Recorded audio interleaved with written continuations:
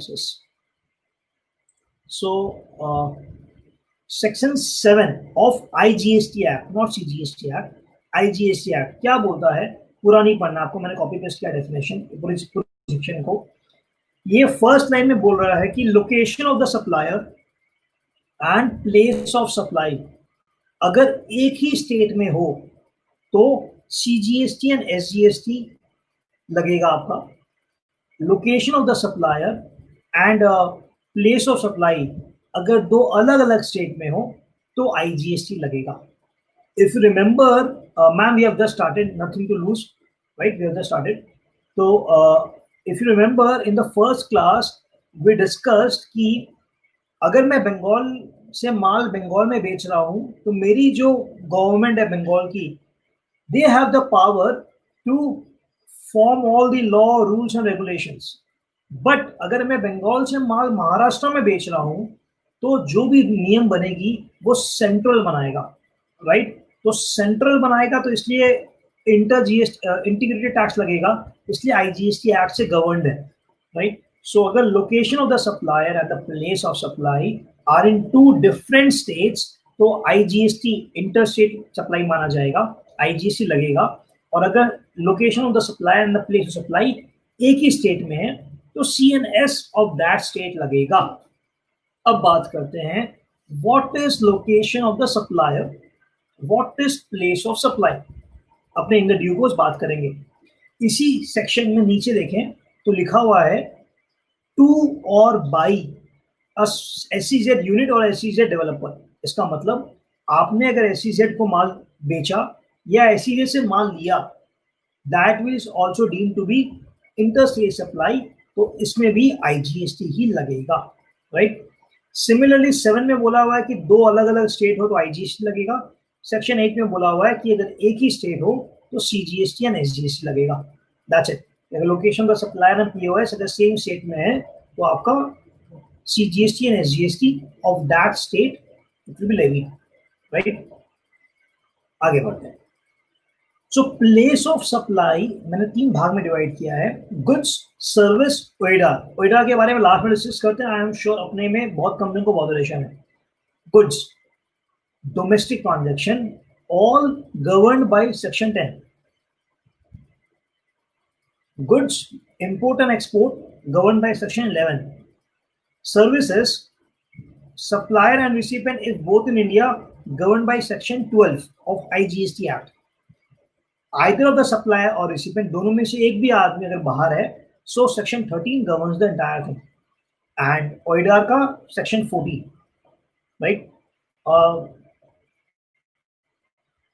अच्छा, आगे बढ़ते हैं अपने. ओके, सो व्हाट इफ अपने बात कर रहे हैं प्लेस ऑफ सप्लाई का, अपने बोल रहे हैं कि CGST SGST लगेगा या IGST लगेगा. तो आज का डिस्कशन पूरा इसी मुद्दे पे है कि एक ट्रांजैक्शन में CGST SGST लगाना है या IGST लगाना है. सो लेट्स से मैंने आपको माल बेचा महाराष्ट्र में और मैंने बोल दिया कि मुझे IGST लगाना है, बट गलती से मैंने CGST SGST लगा दिया कोलकाता का, बंगाल का. सो क्या इंप्लीकेशन होगी मेरे ऊपर? व्हाट इज द इंपॉर्टेंस कि अगर मैं गलती से IGST नहीं लगा के CNS लगा देता हूं तो गवर्नमेंट लिखता है कि सेक्शन 77 सबसेक्शन 1 में लिखा हुआ है कि refund of wrong tax paid, CNS आपने जो रॉन्ग पे किया हुआ आप रिफंड ले लो. A registered person who has paid CNS और UNT और C plus UT but which is subsequently held to be in IGST shall be refunded the amount of taxes so paid in such manner as may and subject to condition as may prescribed. And without interest आपको IGST पे करना है which is subsequently held to be interest supply. ठीक है friend, please समझे. जो मुझे याद है 8 अगस्त 2016 को मॉडल GST लॉ पहली बार आया था, राइट? राज्यसभा लोकसभा में पास हो गया था. 8 अगस्त 2016 को हमारे हाथ में मॉडल GST लॉ पहली बार आया था. वो चेंज हुआ था नवंबर 16 में, तो मॉडिफाइड मॉडल GST लॉ. फिर वो GST एक्ट बना एंड इंप्लीमेंट हुआ 1 जुलाई 2017 से, राइट? जब मॉडल GST लॉ आया था फ्रेंड्स, तो फर्स्ट ड्राफ्ट में इसमें लिखा हुआ था कि इंटरेस्ट देना पड़ेगा. इट मींस कि आपने आईजीएसटी की जगह गलती से सीजीएसटी एसजीएसटी दे दिया, go and claim refund of CGST SGST, पे आईजीएसटी विद इंटरेस्ट। जब एक्ट बना तो ये इंटरेस्ट का प्रोविजन उन्होंने हटा दिया। It is a welcome thing for us, right? Next, so friends, अब अपने इस स्लाइड में डिस्कस करेंगे काफी कुछ जो शायद नया हो, कुछ जो शायद आप एग्री नहीं करो, right? We will discuss 2 to 3 things, will discuss only in this slide. एक जनरल रूल है। जनरल रूल क्या है कि प्लेस ऑफ सप्लाई, अगर अब हमने बताया एक ही स्टेट में है तो सीजीएसटी एसजीएसटी, अलग अलग स्टेट में तो आईजीएसटी, ये आप एग्री कर रहे हैं मेरे साथ। अब क्रेडिट एलिजिबिलिटी की बात कर रहे हैं फ्रेंड्स। एक एग्जांपल दे रहा हूं, इसको अपने बाद में और डिस्कस करेंगे, बट इस एग्जांपल को समझिएगा। मैं बैठा हुआ हूं कोलकाता में, आप भी बैठे हुए हो कोलकाता में, मेरी एक प्रॉपर्टी है राजस्थान में, मैंने आपको वो प्रॉपर्टी को रेंट पे दे दिया, आपके कोई भी ऑफिशियल पर्पस के लिए मेरी राजस्थान की प्रॉपर्टी रेंटेड है, आपका आदमी यूज कर रहा है। मेरा ये एग्जांपल रजिस्ट्रेशन क्लास में भी था, और उस टाइम मेरा क्वेश्चन आप लोग से ये था कि क्या अभिषेक अग्रवाल जो रजिस्टर्ड है बंगाल में, क्या उसको राजस्थान में रजिस्ट्रेशन लेने का दरकार है या नहीं है? Friends, I would like you all to answer. हम लोग ने ये चीज को रजिस्ट्रेशन क्लास में डिस्कस किया था, क्या अभिषेक अग्रवाल को राजस्थान में वो प्रॉपर्टी में रजिस्ट्रेशन, वो उस प्रॉपर्टी में जीएसटी रजिस्ट्रेशन दरकार है या नहीं है? सो एवरीवन इज क्लियर कि रजिस्ट्रेशन नहीं है, एग्जैक्टली नहीं है। Now my query to all of you is, what Abhishek Agarwal will levy in an invoice? Will he invoice CGST or SGST, or will he invoice IGST? मैं repeat कर रहा हूं, supplier is in Bengal, recipient also located in Bengal, but recipient is using a property जो बैठा हुआ है राजस्थान में। सो आप सब बोल रहे हैं कि आईजीएसटी चार्ज करना है, तो यहां तो बेसिक प्रोविजन सबको पता है कि location of the supplier and the place of supply is in 2 different states. Ma'am मैं खाली करेक्ट कर दूं, मैं आपको वो प्रोविजन पढ़ाऊंगा। So place of supply with respect to immovable property is the place where the property is located. Place of supply एक immovable property के लिए वो माना जाएगा जहां पर वो प्रॉपर्टी लोकेटेड है। क्योंकि वो प्रॉपर्टी राजस्थान में लोकेटेड है तो पीओएस वो वहीं पर होगा। Location of the supplier Bengal में है, since they both are in 2 different states, IGST will be levied. Friends अब समझिए मेरे साथ, हम हमेशा बोलते हैं कि आईजीएसटी, सीजीएसटी, एसजीएसटी। अब एक बार सब इस एग्जांपल को भूल जाए, इस एग्जांपल पे वापस आएंगे। आपको क्या लगता है कि जो आप सीजीएसटी एसजीएसटी पेमेंट करते हैं बंगाल में, अगर मैं बंगाल में आपको बिल देता और लेट्स से कोई सामान का सीजीएसटी एसजीएसटी चार्ज करता, तो सीजीएसटी किसके पास जाता? सेंट्रल गवर्नमेंट के पास। सीजीएसटी जाता सेंट्रल गवर्नमेंट के पास। एसजीएसटी किसके पास जाता? स्टेट गवर्नमेंट के पास। My question to you is, SGST कौन से स्टेट गवर्नमेंट के पास जाता? एसजीएसटी कौन से स्टेट के पास जाता? जो स्टेट कंज्यूम कर रहा है, right sir? Bengal. No no no no no no no no no, not the supplier, friends, let's come again. GST is a destination based tax. I am coming to the second point of the slide. GST is a destination based tax. GST is a consumption based tax. मैं एक example ले चुका हूं, वापस दे रहा हूं। मैं बहुत पैसा कमा लिया हूं वेबिनार देके, कंसल्टेंसी देके, कॉर्पोरेट ट्रेनिंग देके, और मैंने जीएसटी आने के पहले 1 जून 2017 को, जीएसटी आने के पहले कर्नाटका में फोन किया वोल्क्सवैगन का शोरूम में और बोला कि भैया एक गाड़ी है, डिलीवर कर दो बंगाल में मेरे ऑफिस के बाहर। बोले कौन सी गाड़ी? सर इंपोर्टेड गाड़ी करना, वो ऑडी कर दो आप। तो मैंने पूछा भैया कितना? बोला भैया गाड़ी का 100 रुपया, 150 रुपया टैक्स। इंपोर्टेड गाड़ी है, असेंबली में टैक्स लग गया, जो भी हो गया, 150 रुपया टैक्स फॉर एग्जाम्पल। तो मैंने बोला हाँ ठीक है। मैंने 250 रुपया अपने अकाउंट से डेबिट कर दिया, उनके अकाउंट में क्रेडिट हो गया, मेरे पास 250 की गाड़ी आ गई। सर गाड़ी का दाम 100 रुपया, टैक्स लगा 150 रुपया, 250 रुपया पेमेंट हो गया। अब वो गाड़ी मैंने लिया, चलाया, यहाँ से मैं लेफ्ट लिया, एक हमारे यहाँ गड्ढा गुड्डी वाला गली है, उसमें गाड़ी गई और गाड़ी टूट गई, बिकॉज उनका वो हाई स्पेस कम होता है रोड से। गड्ढा में गया और गाड़ी टूट गया। तो फ्रेंड्स अब क्या हुआ, मैंने 100 रुपया खर्चा किया तो गाड़ी आया, मैंने 150 रुपया खर्चा किया तो यार जो टैक्स मैंने पेमेंट किया उसका मुझे क्या मिला? मुझे कुछ भी नहीं मिला। वो टैक्स चला गया था सेलर स्टेट के पास in the previous regime. GST आने के पहले the concept of indirect tax for origin based tax, जहां से माल बिक्री हुआ वो वाला गवर्नमेंट टैक्स लेता था। तो अभी 150 रुपया मैं खर्चा कर रहा हूं, बट किसको मिल रहा है? कर्नाटका गवर्नमेंट को। तो जब मेरे गवर्नमेंट को 150 रुपया नहीं मिल रहा तो वो मेरे ऊपर खर्चा कैसे करेगा? So for spending on me, for giving me better society, for giving me better road, this 150 rupees should come to my government, right? So that is a logic. Coming to the practical business aspect, sir, Bihar से माल खरीदा, CST लग गया, बंगाल में credit नहीं मिलता है, cascading effect, right? सो इस चक्कर में जीएसटी को कंजम्पशन बेस्ड टैक्स किया गया कि जो आदमी गुड्स या सर्विस जहां पर कंज्यूम करता है, that government will get the tax, right? So जो आदमी उस गुड्स को या सर्विस को कंज्यूम करता है, consumption destination based tax, right? So I would request everybody is clear with this कि GST is a destination based tax or a consumption based tax and not a supplier or a origin based tax. This is really very important, right? So GST is a consumption based tax. I will come to all the story कि ये shift हुआ तो क्या effect है, क्या नहीं economy में. I will come to this, right? Okay. So I would like also other to participate because if एक दो जन reply करेंगे इतने जनों में तो मुझे नहीं पता आपको समझ में आया नहीं आया, तो प्लीज थोड़ा सा सपोर्ट करें, राइट?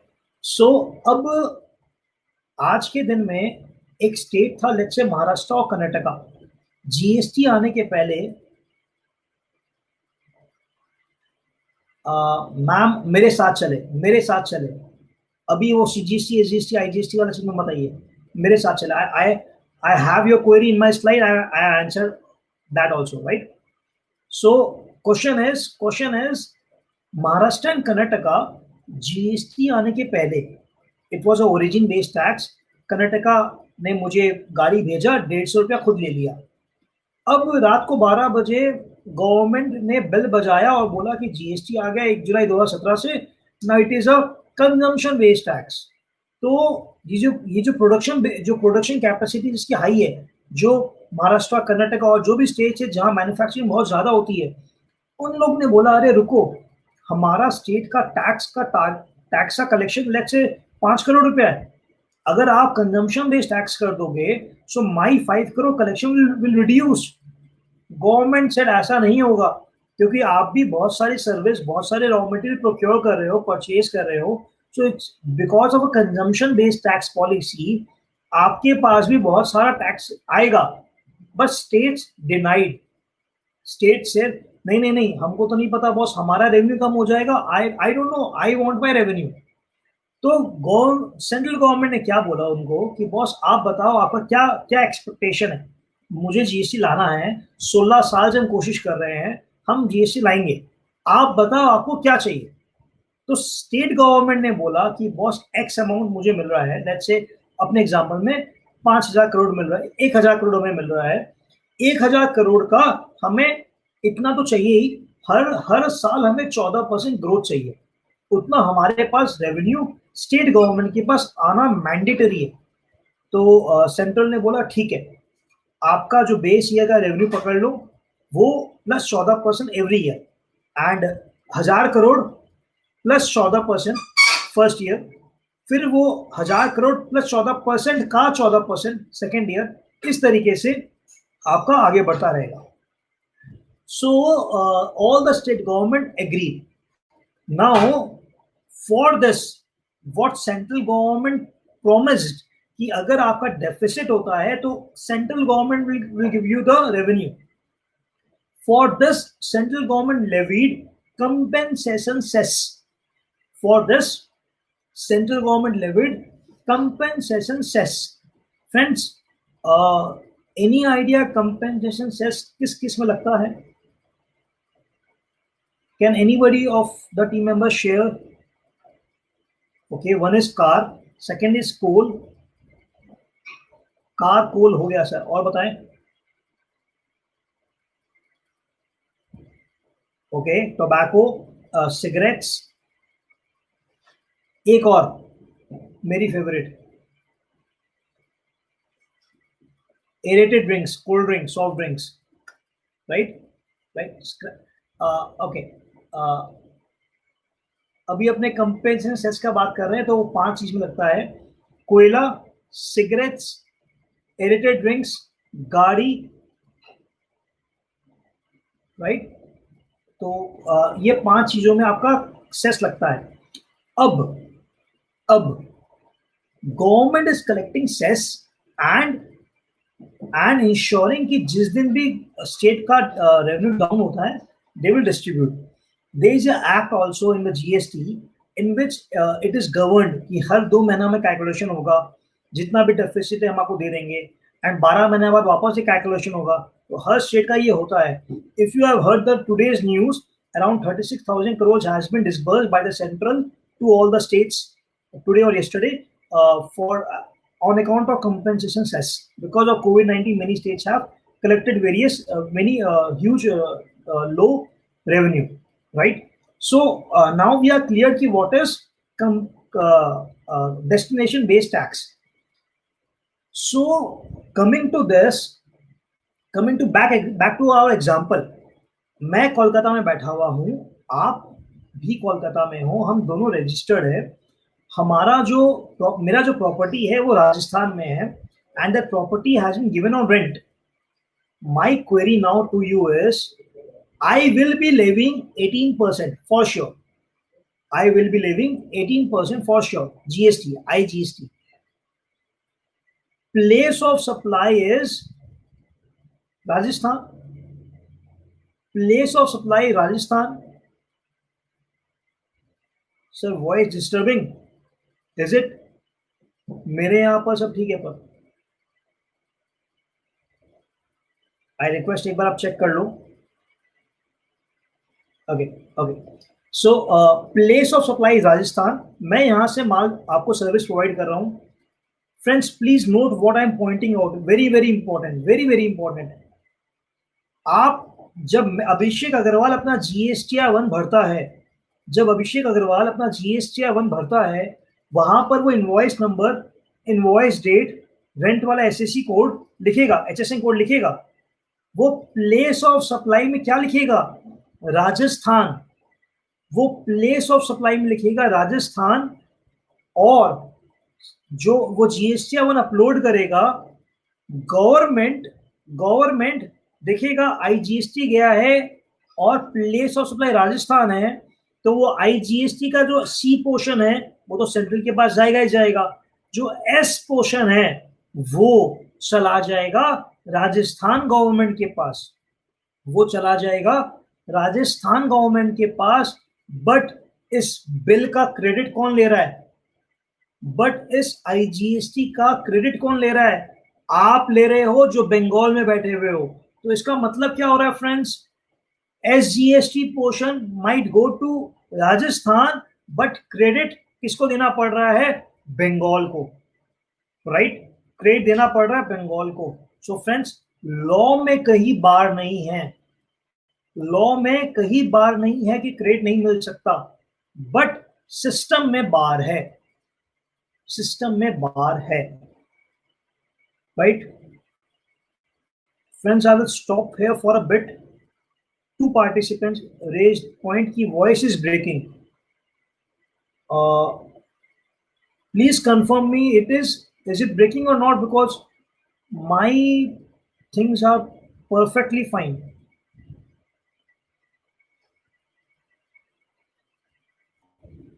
Okay. मैं fast.com में जाके बैठा हुआ हूँ and I'm having 86 Mbps का speed. It's okay. Okay. Let's continue. So what I'm raising is कि GSTR 2 होता, GSTR 3 होता तो इसका सोल्यूशन हो सकता था. So मेरी क्रेडिट डिनाइड नहीं है. आप मेरे बिल पे क्रेडिट ले रहे हो, वो डिनाइड नहीं है. बट क्योंकि ये दिख रहा है कि बंगाल गवर्नमेंट आपको क्रेडिट दे रहा है पर पैसे जा रहे हैं राजस्थान गवर्नमेंट के पास, सो इनका इंटरनल मैटर क्या होने वाला है. So many of the consultants now are coming with way outs. कि you take a IAG registration or you give a cross charge bill to them कि आप मेरे बिल का क्रेडिट यहाँ बंगाल में ले लिए and you raise a cross charge invoice to your registration in Rajasthan, or you take the credit in ISD registration in Bengal and you distribute the credit to Rajasthan. But friends, what I have pointed out is a very practical issue which might come with a clarification, right? So इसीलिए अगर आप मेरे slide में ध्यान दो, so type of tax we have discussed, same state, CGST, SGST, different state, IGST. Destination based tax, leading to that if the place of supply is the location of the recipient, तो credit मिलने में कोई दिक्कत नहीं है. अगर place of supply Bengal होता और मैं CGST चार्ज करता, आपको क्रेडिट मिलता. But if the place of supply and the location of the recipient, जो मेरे केस में राजस्थान है और recipient location of the recipient यहाँ बंगाल है, अगर डिफरेंट है, so yes, as per me, law is not barring any credit. Law is not barring any credit, but system is barring, right? System is barring. So that's the issue which I have connected the POS with ITC and with compensation cess, right? So now let's get into the provisions of place of supply, right? So अपने ये बहुत पढ़ चुके हैं कि section 10 talks about place of supply of goods, जहां दोनों party India में, जहां दोनों सेलर एंड रिसीवर इंडिया में.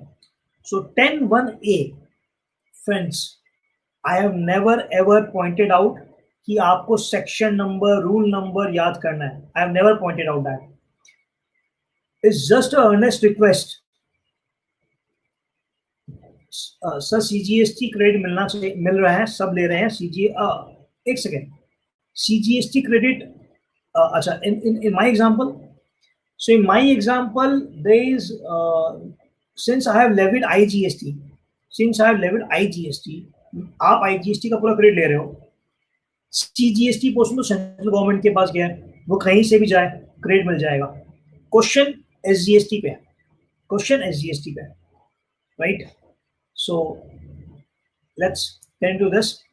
Friends, I have never asked you to remember section number, but this is the only thing which I will request कि try and talk with section number, because जब इसकी analysis में जाएंगे या जब इसकी case laws में जाएंगे, तो जो भी एक्सपर्ट है ओपिनियन देंगे या जो भी जजमेंट है, दे टॉक कि 10(1)(a नहीं लगेगा, 10(1)(b लगेगा, 10(1)(b नहीं लगेगा, 10(1)(c लगेगा.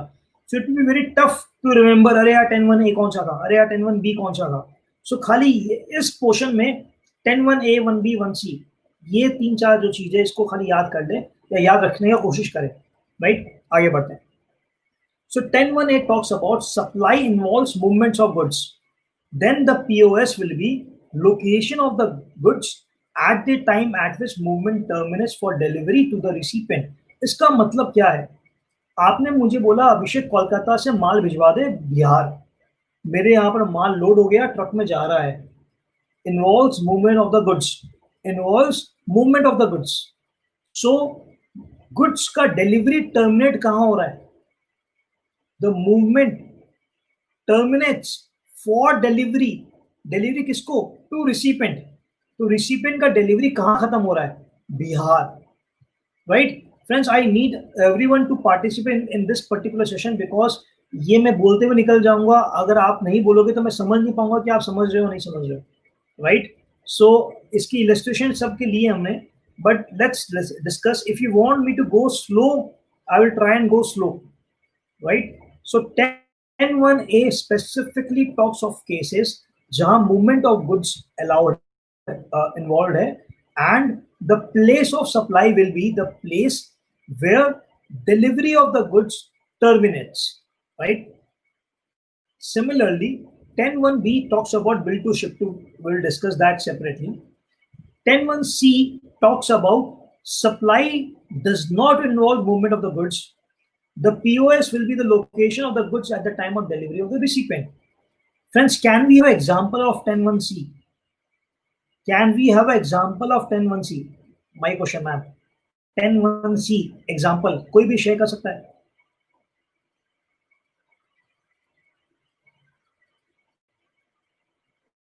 Car delivery at showroom. अच्छा, हाँ सर, गाड़ी आपकी हुई. Someone is typing. I'm waiting, or I can proceed. Okay, right. So over the counter sale. Over the counter cell. आप मेरे सेलफोन शोरूम में आए हैं, आपने मुझे बोला कि अभिषेक मुझे नोकिया का फोन दो. मैंने काउंटर से लिया, आपको दे दिया. मैम अभी हम लोग ब्रो हम लोग अभी खाली और खाली बात कर रहे हैं गुड्स का. अभी हम लोग खाली और खाली बात कर रहे हैं गुड्स का. No service, right? No service. So supply of place of supply of goods. So over the counter sale movement involve नहीं है. अब आप बोलोगे रैक से हमने मान लो हिला के तो दिया. That is not movement. The movement intends की वो ट्रक में लोड होके जा रहा है या मैं भिजवा रहा हूँ.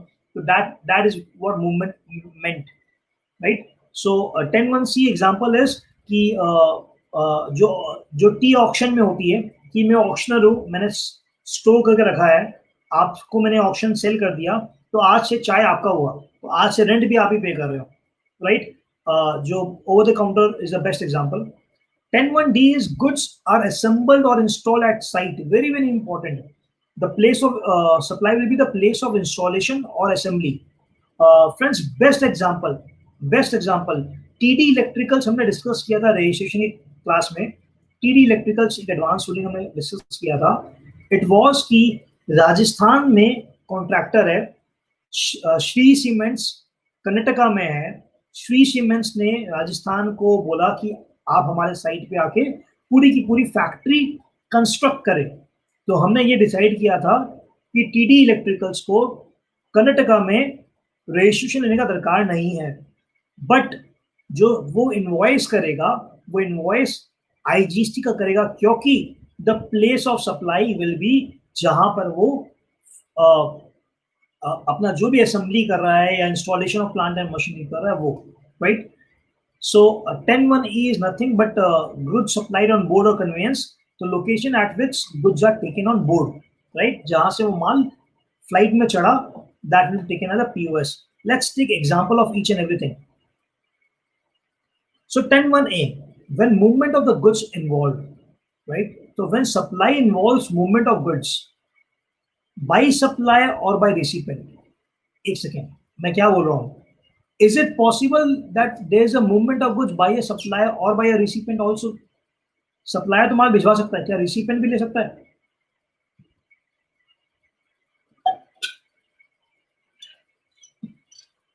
Ma'am, no RCM coming into picture, no reverse charge coming into picture. The question is very simple. क्या कोई केस हो सकता है जहां recipient भी माल मूवमेंट करे? 10(1)(a) वापस पढ़ते हैं. 10(1)(a) वापस पढ़ते हैं. Where supply involves movement of goods, the location of the goods at the time at which movement terminates for delivery to the recipient. For delivery to the recipient. अब मैं बात कर रहा हूं 10(1)(a) when supply involves movements of goods by the supplier or by the recipient. लिखा हुआ वही है. POS will be the location of the goods at the time at which the movement of the goods terminates for delivery to the recipient. Exactly, sir. Exactly.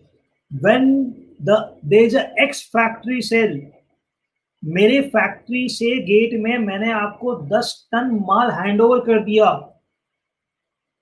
10 ton माल मैंने आपको ex factory sale कर दिया.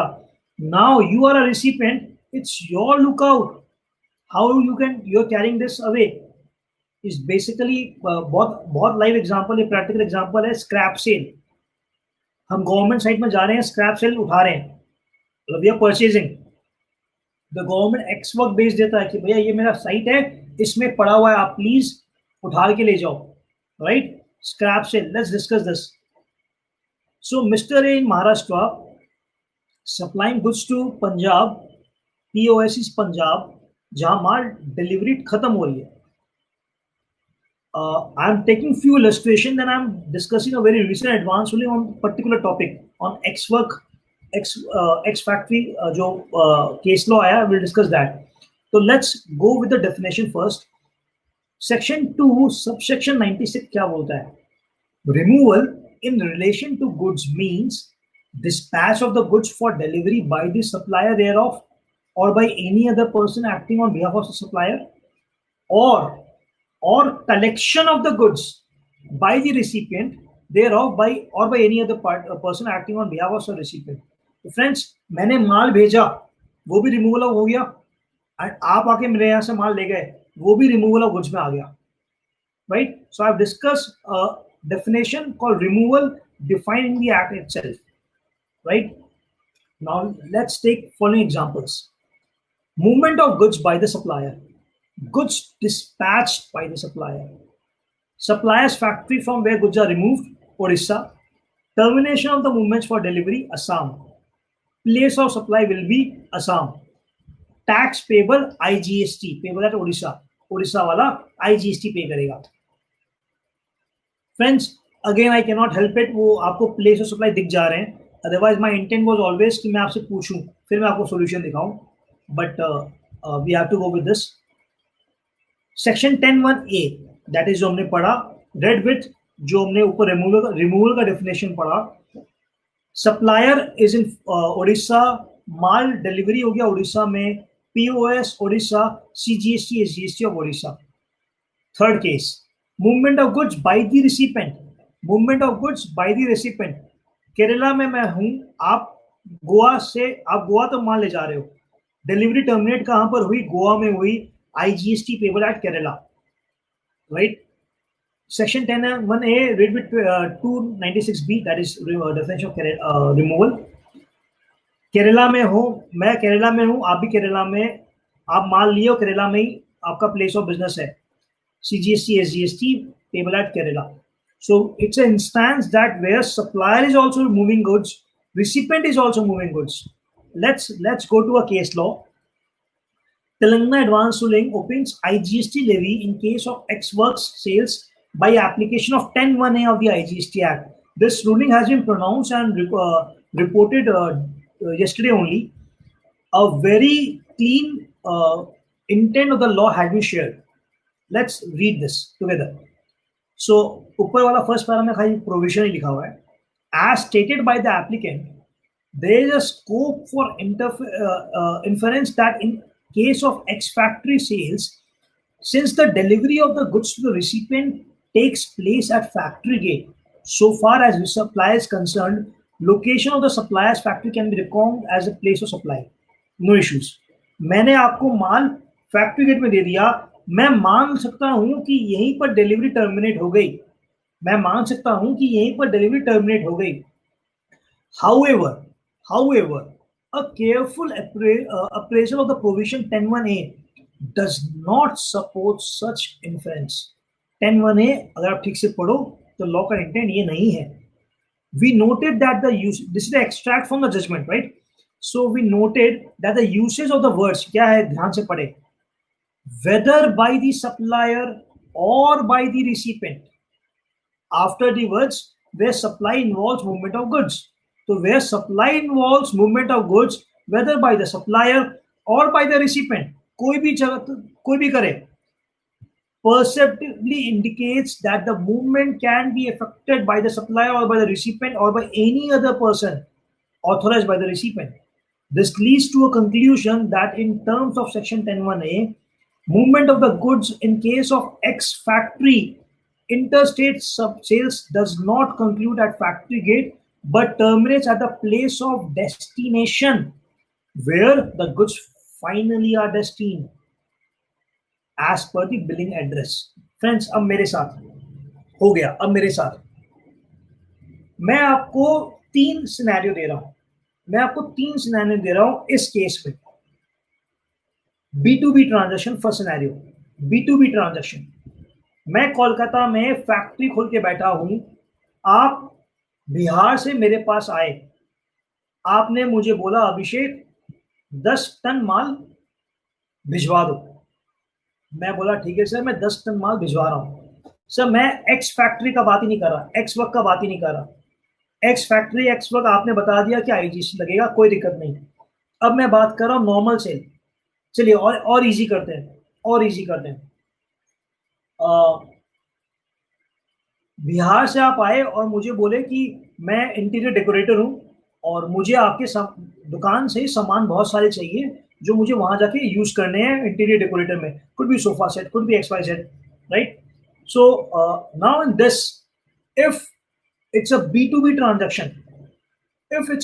Transaction, आप बिहार से आ रहे हो, GST number आपका बिहार का, मैं कोलकाता में बैठा हूं, मैं भी जीएसटी रजिस्टर्ड हूं. आप मुझे आपका बिहार का नाम, नंबर, जीएसटी नंबर, एड्रेस दे रहे हो. आप बोल रहे हो कि भैया ये सामान बांध दो और भिजवा दो, राइट? ये सामान बांध दो और भिजवा दो. My question to all of you is, what will I charge? CGST, SGST of Bengal or IGST? What will I charge? CGST, SGST of Bengal or IGST? I have to charge IGST or else, implication सोचिए क्या होगा. Or else if I charge CGST, SGST of Bengal, उस बंदे को बिहार में credit नहीं मिलेगा. उस बंदे को उस फर्नीचर्स का या सोफा का बिहार में क्रेडिट नहीं मिलेगा. तो हमको IGST ही चार्ज करना पड़ेगा जैसे उसको क्रेडिट मिल जाए. Coming to this point is, अगर ये बंदा जो आया वो B2C होता, मतलब ही is a non registered person. अगर ये बंदा अगर आता और ये B2C होता, नॉन रजिस्टर्ड पर्सन, और मैं उसको सोफा भेज रहा हूं, सो तब मैं क्या चार्ज करता? CGST, SGST और IGST? CGST, SGST or IGST? What should I charge to him if it is a B2C transaction? So friends, your answer cannot change on this. Your answer cannot change on this, right? So tomorrow we'll discuss a chapter called Accounts and Records. उसमें लिखा हुआ है, you should maintain name and address of your receipt, of your vendors and of your customers if they are procuring something above 50,000 rupees. तो इसका सार ये है कि अगर वो एक B2C कस्टमर है, एक B2C नॉन रजिस्टर्ड कस्टमर आपके शोरूम में आता है और आपसे सोफा सेट लेके जाता है और उस सोफा का दाम 50,000 के नीचे है, तो गवर्नमेंट आपको कहीं भी लॉ में हिंट नहीं दे रही है कि आपको क्या करना है. आप IGST लगा लो, आप CGST, SGST लगा लो, बिकॉज क्योंकि वो सामने वाला अनरजिस्टर्ड पार्टी है, कोई भी गवर्नमेंट से क्रेडिट नहीं लेने वाला. क्योंकि सामने वाला अनरजिस्टर्ड पार्टी है, कोई भी गवर्नमेंट से क्रेडिट नहीं लेने वाला.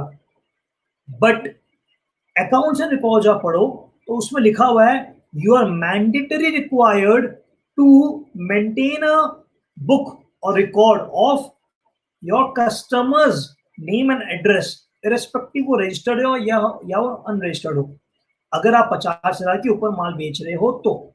सो what we conclude is, B2B transaction IGST, B2C में अगर 50,000 के नीचे हो तो CGST, SGST, IGST जो आपका मन. बट अगर B2C में 50,000 के ऊपर हो, you have to take the name and address, and on the basis of that address, if it is of Bihar, आपको IGST ही लगाना पड़ेगा. फ्रेंड्स, आपको सब कुछ सोचना है कि बात तो सही है यार, आईजीएसटी का बिल दे रहे हैं, कंजम्पशन बेस्ड टैक्स है, टैक्स चला जाएगा Bihar, from Kolkata the tax will shift to Bihar, but yes you have to do it, you have to do it, right? तो फ्रेंड्स, गुड्स में और अपने डिस्कस नहीं करते हैं, ये बहुत इंपॉर्टेंट था, इसलिए I discuss it very slowly, right? आगे बढ़ते हैं। Bill to ship to model, this is very clear I guess. Bill to ship to model is, मेरे एग्जांपल में मैं सप्लायर हूं, आप बंगाल में बैठे हुए हैं, आपने मुझे बोला अभिषेक मेरा कस्टमर है गुजरात में, तुम काइंडली उनको माल भिजवा दो। So I have packed the goods and I have sent the goods directly to Gujarat. Sir यहां दो ट्रांजैक्शन हो रही है, मैं आपको सप्लाई करना चाहता था, आप उनको सप्लाई करना चाहते थे, राइट? सो पहले फर्स्ट सिनेरियो की बात करते हैं। मैं जो आपको सप्लाई करना चाह रहा हूं, इसमें what will be the location of the supplier? कौन है? Location of the supplier is Abhishek in Bengal. What is the place of supply? What is the place of supply in this leg when you are instructing me? Okay. So अपने वापस आस्ते आस्ते समझते हैं। यहां पर तीन पार्टी इन्वॉल्व है, supplier, third party that is on the direction of the third person, and the recipient. तो रिसिपेंट गुजरात में है, सप्लायर बंगाल है। The supplier have no connection with the person sitting in Gujarat. The third person, that is you in Bengal only instructed me कि अभिषेक वो मेरा client है, तुम मुझे भिजवाओगे, मैं उसको भिजवाऊंगा, उससे जब तुम मेरा भिजवा दो, राइट? सो यहां पर बिल मैं बनाऊंगा आपको, क्योंकि मैं आपको जानता हूं, मैं आपको बिल बनाऊंगा, आपके कहने पे मैं शिप करूंगा उसको गुजरात, मैं कोरियर से भेजूंगा उसको गुजरात। तो friends, bill to ship to, bill to ship to, इसमें इस बिल में location of the supplier Bengal, place of supply is the person who is instructing me, तो the POS will be Bengal, I have to charge CGST SGST despite of goods terminates the delivery to Gujarat, because यहां पर dimming fiction आ रहा है कि मैंने गुजरात में माल भेजा, उसको माल मिल गया, इसका मतलब है कि माल आपको मिल गया। अब आप बोलोगे बॉस आपने बोला GST is a destination based tax, since GST is a destination और consumption based tax, goods are consumed at Gujarat, how can the Bengal government have the tax? The tax should go to the Gujarat government. ये सोच रहे हैं, अब any suggestion की Gujarat government के पास tax कैसे जाएगा? गुजरात गवर्नमेंट के पास टैक्स कैसे जाएगा? फ्रेंड्स, आप भी तो उस पार्टी को बिल करोगे, आप भी तो उस पार्टी को इनवॉइस करोगे। So when you will invoice charging IGST, place of supply, yes place of supply Gujarat. So मैं आपको बिल करूंगा CGST SGST, आप बिल करोगे इस पार्टी को IGST। मेरे केस में प्लेस ऑफ सप्लाई बंगाल, आपके केस में place of supply Gujarat. Finally the Gujarat government gets the SGST portion. So the same has been narrated here. Ma'am third party अगर रजिस्टर्ड ही नहीं होगा तो खत्म हो गया, क्रेडिट कोई मांगेगा नहीं क्लाइंट से, गवर्नमेंट से।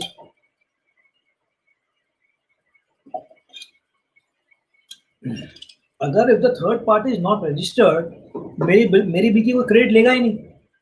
और एक second, how can you make the third party unregistered? Section 24 says interstate supply mandatory registration. Section 24 says interstate supply mandatory registration. उसको लेना ही पड़ेगा। Why to check where supply is being terminated? We just check recipient billing address. The law says termination of delivery, and for very good question.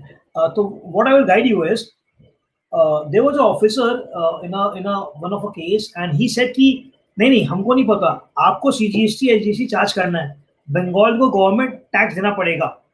मैं बोला sir वो party Bihar का है, अगर मैं सी और एस चार्ज करूंगा उसको क्रेडिट नहीं मिलेगा, वो बगल वाला दुकान से माल ले लेगा, वो मेरे से माल ही नहीं लेगा।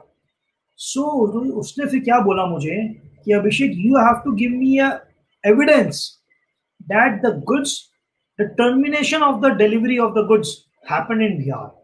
सो वो आप कैसे भी कर लो, अपना अपने वेंडर से, कस्टमर से बात कर लो, आप ई वे बिल बना दो, ई वे बिल में दिखा दो कि आपने माल भेजा है, whatever you arrange document, the onus again lies on you to prove to the government कि आपने माल terminate, delivery of the termination हुआ है, राइट।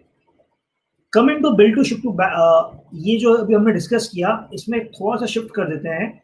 आप अब बंगाल में नहीं है, आप पंजाब में, hardly makes any difference, hardly makes any difference.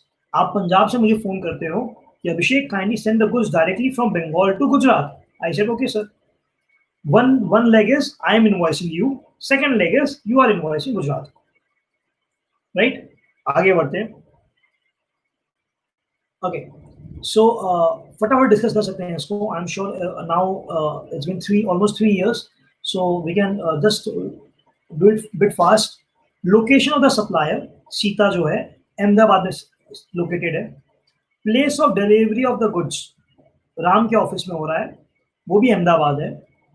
Principal place of Laxman who instructed delivery to Ram, वो अमृतसर में। इसका मतलब क्या हो रहा है, लक्ष्मण अमृतसर में बैठा हुआ है, आप हो, आप अमृतसर में बैठे हुए, लक्ष्मण आपका नाम है, आपने मुझे सीता को बोला कि तुम माल भिजवा दो राम के ऑफिस में, राइट। लक्ष्मण ने सीता को बोला कि माल भिजवा दो राम के ऑफिस में। So the place of supply for Sita will be Amritsar, because जहां से मुझे गाइडेंस, जहां से मुझे ऑर्डर आया, जहां से मुझे इंस्ट्रक्शन मिला, जो थर्ड पार्टी का एक्चुअल एड्रेस है, POS for me will be that IGST paid at Ahmedabad. Friend इसको ऐसे पढ़े, इसके साथ साथ नीचे वाला पॉइंट नंबर 1 भी पढ़ ले, सो आपको लक्ष्मण का भी क्लियर हो जाएगा। मैं पे करूंगा आईजीएसटी एट अहमदाबाद, लक्ष्मण पे करेगा आईजीएसटी एट पंजाब, राइट, वो पे करेगा आईजीएसटी एट पंजाब। सो इसके according ultimately tax destination base में चला जाएगा। Similarly I guess first example I have discussed, that is going in the next 4। Ahmedabad में लोकेशन ऑफ द सप्लायर है, डिलीवरी हुई अमृतसर में, जो आदमी इंस्ट्रक्ट कर रहा है वो भी अमृतसर में बैठा हुआ है, the place of supply is Amritsar, IGST at Ahmedabad is to be levied by the principal supplier. Subsequently जो लक्ष्मण है वो क्या बिल बनाएगा, सीजीएसटी एसजीएसटी ऑफ पंजाब, वो बिल बनाएगा CGST SGST of Punjab, because उसने अमृतसर में ही माल डिलीवरी करवाई, उसने अमृतसर में ही माल डिलीवरी करवाई, उसके लिए 10(1)A एप्लीकेबल है। फ्रेंड्स प्लीज ध्यान दे, मेरे लिए 10(1)B एप्लीकेबल है, बिल टू शिप टू, उसके लिए 10(1)A एप्लीकेबल है जहां टर्मिनेशन खत्म हो रही है। तो in first scenario he was in Amritsar and the delivery also got over in Amritsar, right? So as compared to in second scenario, दोनों पार्टी अमृतसर में है, सीजीएसटी एसजीएसटी लग रहा है। फर्स्ट सिनेरियो में एक पार्टी अहमदाबाद में है, सो आईजीएसटी लग रहा है। Coming to third scenario, location of the supplier Ahmedabad, delivery of the goods happening in Bangalore. मैं अहमदाबाद से माल डायरेक्टली भेज रहा हूँ बैंगलोर, मैं किसके कहने पे भेज रहा हूँ, मैं बैंगलोर वाले आदमी के कहने पे भेज रहा हूँ। तो place of supply for me is always Bangalore, I will charge IGST. उसने बैंगलोर से बैंगलोर करवाया, उसने कर्नाटका का जीएसटी एसजीएसटी पे करना है। लास्ट केस, अहमदाबाद का आदमी चंडीगढ़ माल भेजा, चंडीगढ़ किसके कहने पे भेजा, उदयपुर को आदमी से, तो वो आईजीएसटी लगा देगा, उदयपुर वाला भी आईजीएसटी लगाएगा, राइट। तो जहां दो स्टेट हो रही है आईजीएसटी लग रहा है, जहां दोनों चीज एक ही स्टेट में आ रही है सीजीएसटी एसजीएसटी लग रहा है। Friends 10(1)A 10(1)B is over, let's move to 10(1)C। any issue with 10(1)A 10(1)B we can discuss now or we can move further because बहुत स्लाइड्स बाकी है। मैं थोड़ा टाइम इन्वेस्ट ज़्यादा कर दिया because that was important. Friends, can we proceed? Okay. Okay. So 101C talks about where does not involve the movement of goods. So that is the location of such goods at the time of delivery. The best example we discussed is over-the-counter sale. So sale of pre-installed DG sets can be one of the example. Location of the supplier Delhi. Location of the recipient Bhopal. Location of goods Bhopal. POS will be Bhopal, जहाँ site है. IGST applicable. Second, manufacture of molds by job workers sold to the principal, but वो mould उन्हीं की premises में रह गया. सो आप job worker हैं, मैंने आपको बोला कि सर आप एक मोल्ड बना दीजिए और उसके उसके उसको यूज करके मेरा सामान बनाते रहेगा. तो आपने मोल्ड बना दिया, आपने मुझे बिल कर दिया, तो वो मोल्ड का मूवमेंट नहीं हुआ, वो आपके पास ही रह गया. राइट. तो आप तमिलनाडु में हूँ, मैं केरला में है, एंड IGST आप you will be charging CGST, SGST because the place of supply is where it is located, and it is still in your premises. It will be CGST, SGST of Tamil Nadu, right? Okay. Where goods are assembled or installed at the site. जो अपने बात किए थे work contract, TD electricals, Rajasthan से Karnataka. So movement of the goods. X work is a movement involved by the recipient, and 101C is a basic example जहाँ movement दरकार ही नहीं है. So let's say जो मैंने example दिया आपको, मैं ऑक्शनर हूँ चाय का. हाँ सर, जब मोल्ड मूवमेंट होगा वो डिफरेंट इश्यू हो गया. वो तो ऑलरेडी मेरे पास है वो. अच्छा, प्लीज अंडरस्टैंड. मैं एक ही करके आता हूँ. पहले मैं सर की तो क्वेरी लेता हूँ कि 101C different from ex work sale. So ex work sale what it is. Ex work sale की बायर आया और माल ले गया, पर बायर का मूवमेंट टर्मिनेट नहीं हुआ है. बायर बंगाल में आया, माल ले गया, पर वो टर्मिनेट हुआ बिहार में. राइट. एक्स वर्क इज, मैंने फैक्ट्री में हैंड ओवर दे दिया, मेरी ड्यूटी खत्म, but the 101A use the word movement by the supplier और by the buyer. So X work may be जहां डिलीवरी टर्मिनेट हो रही है, that will be the place of supply. 101C में there is no movement involved. There is no movement involved. तो example हो गया sir गाड़ी का था, जैसे ओवर द काउंटर सेल का है, जैसे ये जॉब वर्कर का है कि जॉब वर्कर ने मोल्ड बनाया और जॉब वर्कर ने मोल्ड बनाया अपने पास ही रख दिया, पर बिल आपको कर दिया. राइट. तो I have made the supply but movement of कुछ नहीं है. So location will be this only. If that mold is now subsequently moved to buyer's place, yes sir, it could, when it will go to the buyer place. So वो आज के दिन में buyer को तो 3 दिन बाद या 3 साल में मंगवाना ही पड़ेगा. If you read the provision of job worker, within 3 years, the job worker have to bring back the mold. But sir, where it is getting consumed? It is getting consumed जहाँ पर mold है, mold तो मेरे पास ही रह गया. So my state government have to get the tax. My state government have to collect the tax because the mold is consumed by the job worker finally to produce the products. Right? I guess I tried to answer both the queries. Over the counter sale may be the material is finally moved by the recipient over the shop, which can be a different state. Over the counter sale may be, yes, there can be movement. See, over the counter sale, what we presume, आप साड़ी लेने आओगे तो वो भी over the counter sale हो गया. So let's not mix this example with this. You can have an example of this job worker, the mold thing, right? Or you can have an example of DG set. कि जहां पर DG set, जहां पर मैंने job worker अगर वो बनवाया है मोल्ड एंड मूवमेंट नहीं किया, या फिर चाय का ऑक्शनर वाला, if I am auctioneer of T, मैंने 10,000 kg माल स्टोर करके रखा है. आज आप ये चाय टी गार्डन का है, he has appointed me as an auctioneer. कल टाटा टी मेरे से ये खरीद लेता है. So from the next day, this tea belongs to the Tata tea. This rent of the property is charged to Tata tea, and there is no movement of goods. There, the POS will be the place where it is located. Right? So over the counter have both the implication. Yes, 10(1)(c) also, 10(1)(a) also. So can I move forward? 10(1)(d). Okay. So 10(1)(d) is nothing but जहां आपने assembly करते हैं उसको अपने मानते हैं. तो जैसे टीडी इलेक्ट्रिकल्स में राजस्थान से माल कर्नाटक आया था वर्क कॉन्ट्रैक्ट सर्विस के लिए. So installation of a weight bridge, location of the supplier Delhi, registered office of the recipient Bhopal, assembly site Bhopal, IGST paper Delhi. Server supplied and installed at the office of a marketing firm, supplier Karnataka, order मिला गोवा से, but कहाँ पर हो रहा है? कर्नाटका में ही हो रहा है. क्योंकि सप्लायर कर्नाटका में है तो it will be a CGST SGST. It will be a CGST SGST of Karnataka only.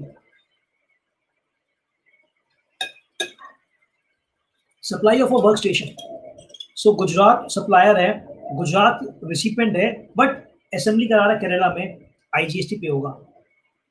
So friends, it is now I can make your. अच्छा एक बार इसको खत्म कर लेते हैं. Goods supplied on board. तो let's say फ्लाइट में आपको जो खाना सर्व होता है वो खाना location eight which such goods are taken on board. The POS will be जहां पर वो खाना चढ़ा. So let's say आप कोलकाता से दिल्ली जा रहे हो, बट बीच में लखनऊ आता तब वो खाना आपको सर्व किया गया, तो Lucknow can not be POS. जहां आपको खाना मिला, जहां खाना फ्लाइट में चढ़ा, that will be the POS. Supply of power bank on a flight. Location of the supplier Punjab. Loading of goods Punjab. Passenger boards at Delhi. POS will be Punjab only, CGST and GST. So it's the same thing.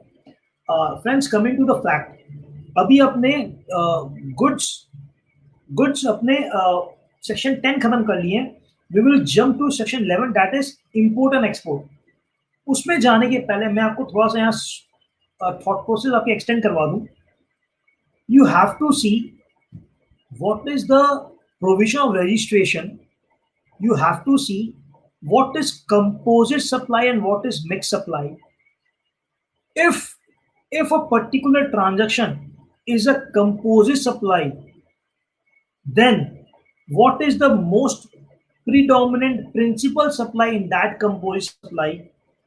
If that principal supply is a good, then only you can come and see the place of supply provision of goods, or else you have to go to the place of supply provision of service. Similarly, credit का जो थोड़ा सा loophole है, we already discussed that. So this 10(1)(a), 10(1)(b, that is direct sale, that is bill to ship to model, it all work contract service is a service, it is settled. It all depends when the facts of the case comes to it. I can just remember of a case. मुझे exactly याद नहीं आ रहा, but I will share जितना मुझे याद आ रहा है. एक केस आया था हमारे पास होर्डिंग का. So a client in Mumbai hired a person. It's not the right time to share that because उसी का अपने provision discuss करेंगे in the service case. But what I'm trying to point it out is that this place of supply provision, if interpreted wrong, then your profitable transaction can convert into lost transactions. If you are not efficient in guiding or structuring this place of supply provision, the clients might end up not getting the credit. Say if they are not getting the credit, the entire GST 18% or 12%, whatever the rate it is adding to their cost. Friends, this is really very important to understand the implication of the POS and the multiplication of the provision with all the other provisions. ITC, registration, compulsory supply, mixed supply, everything, right? So let's discuss exports of goods and service. We'll cover the goods portion and then we'll go for a break, right? Let's take the session definition, exports of goods.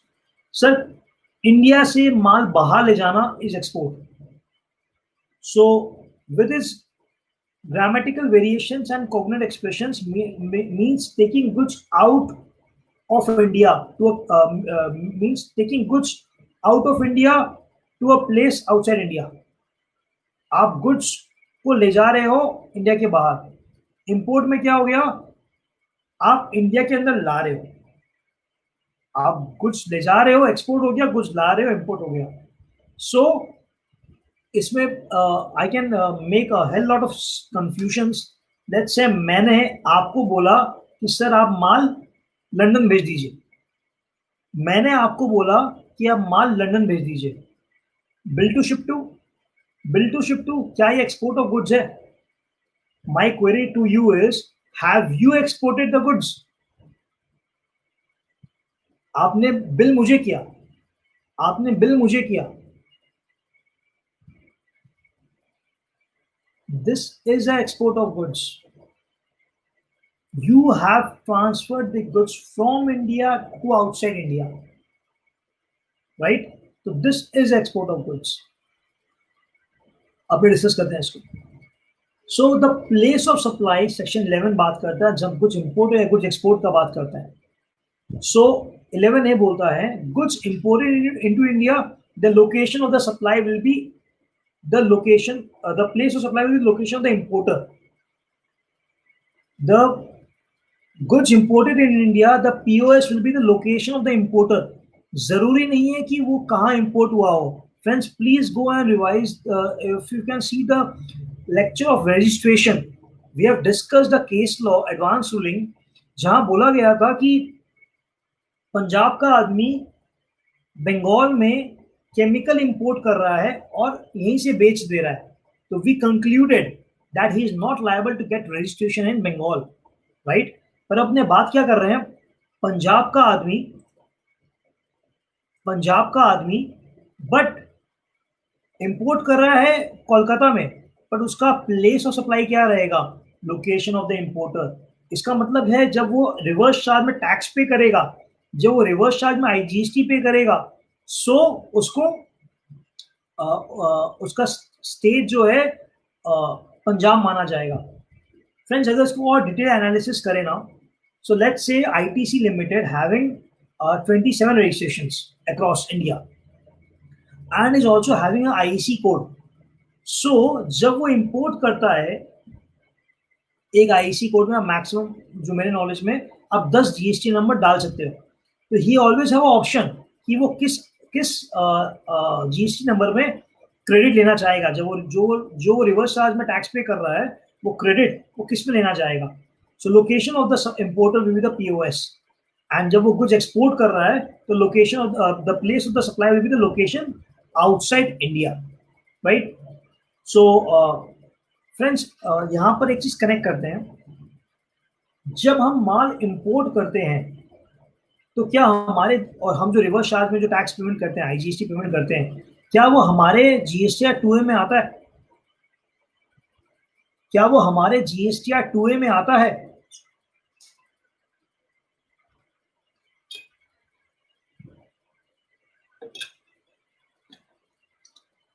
So friends, वो हमारे GST 2 में नहीं आता। क्यों नहीं आता? क्योंकि Section 5 provides that IGST shall be levied on goods imported into India as per Section 3 of Custom Tariff Act. इसका मतलब क्या हुआ? कस्टम देखता है वो लेवी जो हो रहा है वो जीएसटी टैक्स लेवी हो रहा है, बट कस्टम लेवी करता है। तो क्योंकि वो कस्टम लेवी करता है तो कस्टम GST 1 तो भरता नहीं होगा, इसलिए आपके 2A में नहीं आता, इसलिए आपके 2A में नहीं आता। सो जब आप इंपोर्ट में टैक्स पे करते हो, दैट इज गवर्न्ड और levied by customs, right? So again few examples of import and exports. आप थाईलैंड में, location of the supplier is in Thailand, location of goods before supply Thailand, goods supplied to Assam, that is location of the importer, goods supplied to Assam, location of the recipient Assam. Acha, please friends keep a note. Here I have distinguished that goods supplied to and location of the recipient can be different. Can be different. So goods supplied to is actually address of delivery of goods as per bill of entry. मैं bill of entry file कर रहा हूँ. So Abhishek Agarwal is the ultimately importer, is the ultimate importer, right? But recipient कोई भी हो सकता है goods का, right? So थाईलैंड से माल आ रहा है, मैं इंपोर्टर हूँ, और असम में लोकेशन ऑफ रिसिपेंट है. The POS is on the basis of the location of the importer, that is Assam. Scenario 2, China से माल निकला, कश्मीर में इंपोर्टर बैठा हुआ है, बट माल चला गया सीधा हरियाणा में, माल चला गया सीधा हरियाणा में, पर सर क्योंकि इंपोर्टर कश्मीर का है, the POS will B Kashmir. Sri Lanka से माल आया, केरला वाला इंपोर्ट कर रहा है, केरला में माल आ गया, Kerala is the POS. Karnataka से माल आया, कर्नाटका वाला माल भेज रहा है, ईरान को माल भेज रहा है, ईरान में माल पड़ा हुआ है, कर्नाटका जो पर्सन है ईरान का माल दुबई भेज रहा है, राइट? सो लेट्स से हम और आप कर्नाटका में बैठे हुए हैं और बैंगलोर में बैठे हुए हैं. आपने मुझे बोला Abhishek I need products in Dubai. I said, okay, I have products in Iraq. I will send directly from Iraq to Dubai. So this is not an import. This is not an import. Coming to export of goods. Assam में supplier Assam में बैठा हुआ है, location of the goods Assam है, वो असम जो Thailand भेज रहा है. Bill to ship to, location the recipient Assam. तो आप और मैं दोनों असम में बैठे हुए हैं, आपने मुझे बोला कि मुझे सामान थाईलैंड में चाहिए, मैं बोलता हूँ मैं एक्सपोर्ट कर, मैं भिजवा देता हूँ. Okay, POS Thailand, right? Tamil Nadu में बैठे हुए हैं, आप कश्मीर में हो, आपने चाइना माल मंगवाया, एंड सॉरी मैं कश्मीर से माल भिजवा रहा हूँ चाइना, आप टेक्सास में बैठे हो, आप कहीं पर भी बैठे हो, हार्डली मैटर्स, मैंने माल चाइना भिजवाया, POS चाइना. श्रीलंका वाला डायरेक्ट माल भेजा श्रीलंका में, POS श्रीलंका. महाराष्ट्र वाला माल भेजा ईरान में, from Dubai, not an export. Dubai से ईरान चला गया, not an export. Movement from India to outside India is export. Movement outside India to India is import, और एल्स एक्सपोर्ट इंपोर्ट नहीं होगा.